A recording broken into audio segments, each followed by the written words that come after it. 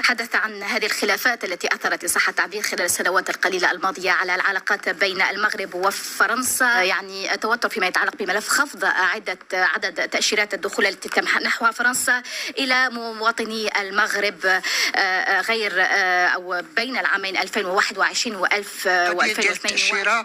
السفير الفرنسي بالرباط وعد بالنظر في منح التأشيرات وخاصة للطلبة ورجال الأعمال وكل من يأتي بقيمة مضافة سواء للجانبين من فالور اجوتي دي دوكو. أصدقائي مرحبا بكم في فيديو جديد القناة ديالكم مروكي في فرنسا. الإخوة، الفقرة اللي كتعجبكم كما ديما الفقرة ديال الأجوبة على الأسئلة ديالكم. مرحبا بكم عندنا مرة أخرى. إخوة اللي مازال ما مشترك في القناة يشترك ويفعل زر الجرس وخلينا شي تعليق زوين ولا كاين شي سؤال مرحبا بكم.